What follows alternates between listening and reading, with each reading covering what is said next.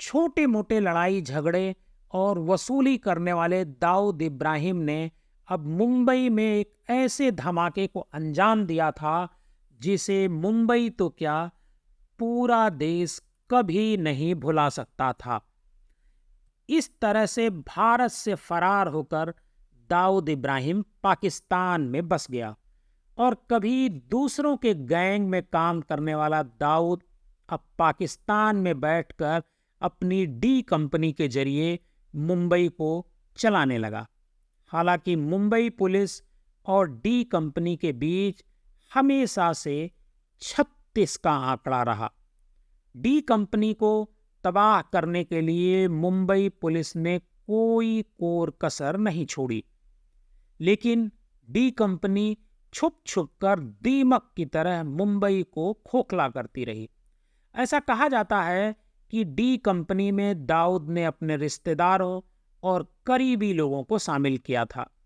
जब दाऊद मुंबई में रहता था तब उसकी डी कंपनी की तूती बोला करती थी। बड़े बड़े लोग डी कंपनी से खौफ खाते थे। डी कंपनी के माध्यम से दाऊद मुख्य रूप से तस्करी करता था, जिसके जरिए जल्द ही दाऊद ने अपराध का एक बड़ा नेटवर्क बना लिया, जिसमें ड्रग तस्करी, विवादित जमीन कब्जाना और कंस्ट्रक्शन वर्क, हवाला कारोबार और विवादित बिजनेस डील में मीडिएटर जैसे काम शामिल थे। इस दौरान दाऊद ने क्रिकेट में सट्टेबाजी को भी खूब बढ़ावा दिया और फिल्मों की फाइनेंसिंग भी की। साल 1986 में दाऊद ने अपना बेस मुंबई से शिफ्ट करके दुबई में बना लिया। इसके बाद दाऊद की डी कंपनी मुख्य रूप से हथियार तस्करी और ड्रग तस्करी आदि गैर कानूनी धंधों को बड़े पैमाने पर करने लगी। यानी दाऊद ने मुंबई में रहते ही हुए ही डी कंपनी को काफी मजबूत बना लिया था।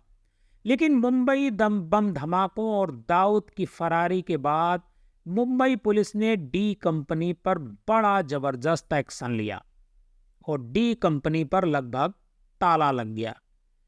लेकिन पुलिस की ये महज एक गलतफहमी थी, क्योंकि डी कंपनी पूरी तरह से कभी नहीं बंद हुई और चुपचाप दाऊद के इशारों पर भारत और मुंबई में काम करती रही।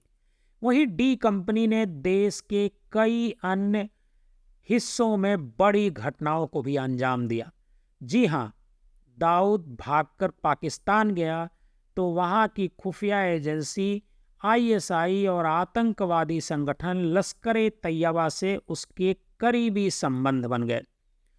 कई खुफिया सूचनाओं से पता चला कि साल 2008 में जब आतंकवादियों ने मुंबई पर हमला किया, उस वक्त दाऊद की डी कंपनी ने ही आतंकवादियों को मुंबई के चप्पे चप्पे के बारे में बताया था। डी कंपनी ने ही उन्हें समुद्री रास्ते से मुंबई भेजने का इंतजाम किया था। आपको बता दें कि 2008 के उस मुंबई हमले में 173 बेकसूर लोगों की मौत हुई थी। अमेरिकी सरकार का दावा है कि डी कंपनी के ओसामा बिन लादेन और अल कायदा से भी संबंध थे। इन्हीं वजहों से दाऊद इब्राहिम को भारत में एक अंतर्राष्ट्रीय आतंकवादी घोषित कर दिया गया और विभिन्न देशों में उससे संबंधित संपत्तियों को जब्त कर लिया गया। फोर्ब्स की एक रिपोर्ट के अनुसार दाऊद इब्राहिम दुनिया के अब तक के सबसे खतरनाक गैंगस्टर में शामिल है। साल 2015 में उसकी संपत्ति 6.7 अरब डॉलर आंकी गई थी। इस मामले में दाऊद से आगे सिर्फ पाब्लो एस्कोबार का ही नाम आता है, जिसके पास 9 अरब डॉलर की संपत्ति हुआ करती थी।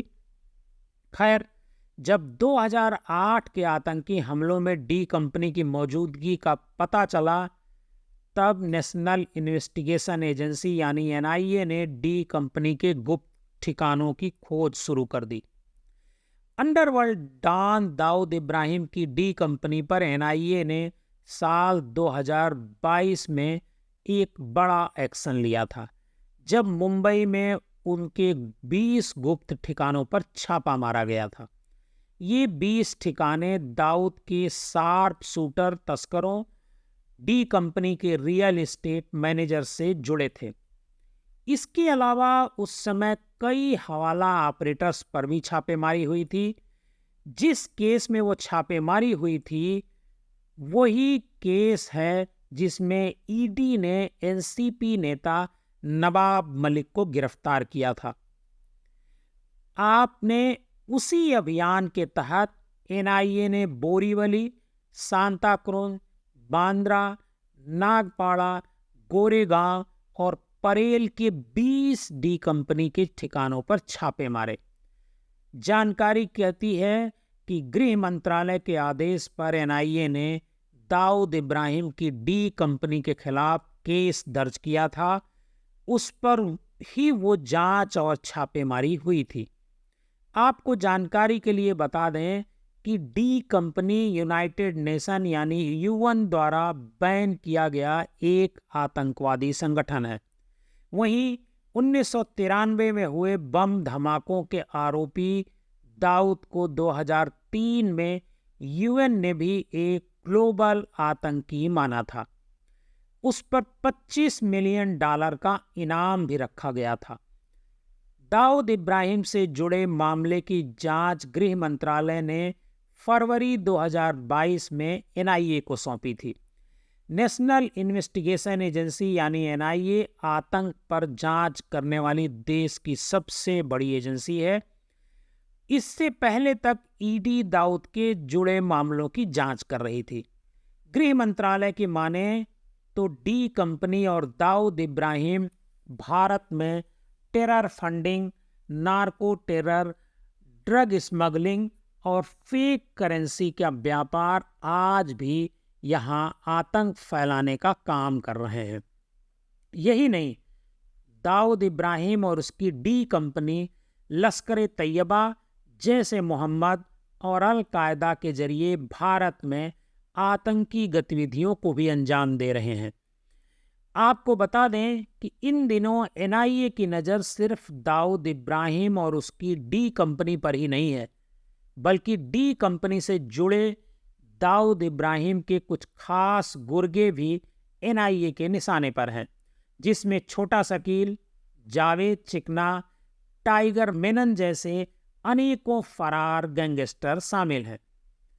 दाऊद का एक खास इकबाल मिर्ची और उसकी बहन हसीना पारकर भी लंबे समय तक डी कंपनी से जुड़े रहे, जिनकी अब मृत्यु हो चुकी है। लेकिन दाऊद का खास गुर्गा टाइगर मेनन और मुंबई धमाकों में बराबरी के हिस्सेदार टाइगर मेनन को आज भी भारत सरकार खोज रही है। खैर, खोज तो आज तक दाऊद इब्राहिम की भी जारी है, जो आज भी पाकिस्तान में ऐशो आराम की जिंदगी जी रहा है, जिसकी तस्वीरें और जानकारियां आज भी सोशल मीडिया पर आती रहती हैं। तो आखिर दाऊद से जुड़ी उन जानकारियों में कितनी सच्चाई है? तो आखिर क्या है दाऊद की मौजूदा स्थिति? जानने के लिए हमारा अगला एपिसोड जरूर देखिएगा। तो हमारे इस चैनल को सब्सक्राइब कीजिएगा और इस कहानी को ज़्यादा से ज़्यादा लोगों को शेयर कीजिएगा। हाँ, अगर आपको हमारी कहानी पसंद आई है तो कमेंट ज़रूर कीजिएगा।